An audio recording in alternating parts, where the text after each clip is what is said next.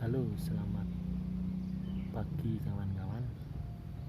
Untuk video kali ini Telajak Tropis akan membagikan sedikit pengalaman lah ya, tidak menggurui, hanya pengalaman saja dalam bidang bonsai, tentunya untuk pohon sancang ya. Ini adalah pohon sancang yang rencananya akan dilakukan perintiran terusan. Tadi langsung saya video karena kirain udah saya klik, ternyata belum rekam kawan-kawan. Oke, gak apa-apa lah ya. Nah, ini adalah usia pohon 3 bulan kawan-kawan. 3 bulan itu sudah sebesar ibu jari. Medianya apa mas? Medianya sama mas. Medianya ini hanya tanah biasa mas, cuma tanahnya ini mengandung humus yang bagus ya, jadi saya tidak memakai pupuk tambahan lain, hanya murni tanah. Cuma 1 bulan sekali saya kasih NPK 16 ya, itu fungsinya untuk menarik akar itu biar tumbuh maksimal.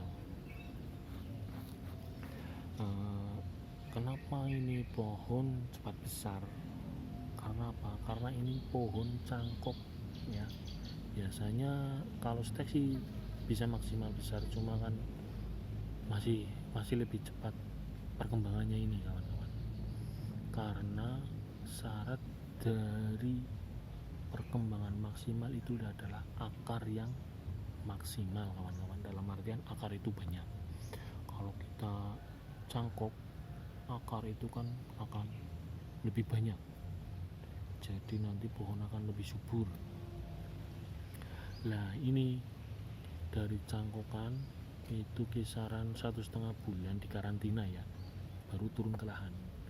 Jadi ini usia 3 bulan. Oke. Untuk karantina kita menggunakan media sekam, terus pupuk kandang, terus tanah yang benar-benar humusnya tinggi ya, yang subur ya. Untuk terusan ini kita potong batang utama ya, sulur batang utama. Katanya kalau memotong sulur batang utama itu pertumbuhan akan macet.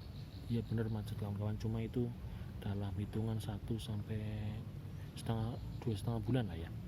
1 sampai 1,5 bulan itu macet sementara kawan-kawan. Tapi kalau ini insya Allah enggak kawan-kawan. Kuncinya apa? Untuk melakukan press potongan sebuah pohon itu harus ada batang sekunder yang nanti akan menopang ya kawan-kawan ya, menopang nutrisi untuk diolah ya, untuk pengolahan. Kalau tidak ada batang ini nanti tumbuhnya itu sembarang nggak keruan gitu jelas. Jadi untuk tetap konsisten nutrisi ini lari, nggak kemana-mana, nggak menyebar nanti di sini ada tunas ada apa, kita gunakan batang tarikan ya kawan-kawan ya, batang tarikan yang seperti ini untuk menjaga nutrisi untuk diolah di sini ya, di pohon ini, di fotosintesisan di sini.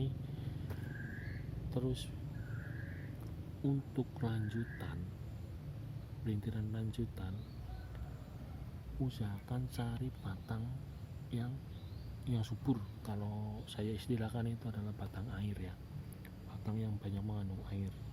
Cuma itu dalam nanti proses pemelintirannya ini lebih besar resikonya daripada batang yang biasa ya. Ini kan bukan batang air, ini batang yang kurang nutrisi lah ya. Jadi nutrisi ini nggak lari ke sini nanti, tapi larinya ke sini, batang-batang ini, batang air ya. Kita nggak masalah potong ini, asalkan yaitu tadi ya kawan-kawan, ada batang tarikan ya. Kita potong, tujuannya apa? Kita rekondisi sebuah liukan untuk menambah karakter kuat sebuah pohon.